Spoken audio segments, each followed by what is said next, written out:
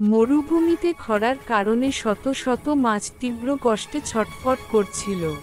এই দৃশ্য দেখে একটি তোতা তাদের বাঁচানোর সিদ্ধান্ত নিল।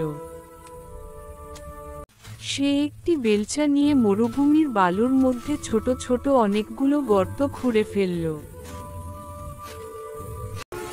এরপর সে বালতি নিয়ে পানির জন্য কাছের একটি নদীতে গেল। তোতা পাখিটি নদী থেকে বালতি দুটিতে পানি ভর্তি করে নিয়ে মরুভূমির পথে উড়াল দিল মাছগুলোর কাছে যাওয়ার জন্য। তোতা পাখিটি পানি এনে প্রতিটি গর্তে পানি ঢালতে শুরু করে। পানি দেখে মাছগুলো গর্তে নেমে পড়তে লাগে।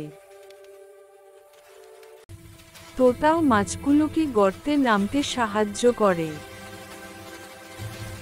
মাছগুলো পানি পেয়ে মনের আনন্দে নাচতে শুরু করে। এভাবেই তোতা তার বুদ্ধি ও পরিশ্রম দিয়ে সব মাছের জীবন বাঁচালো।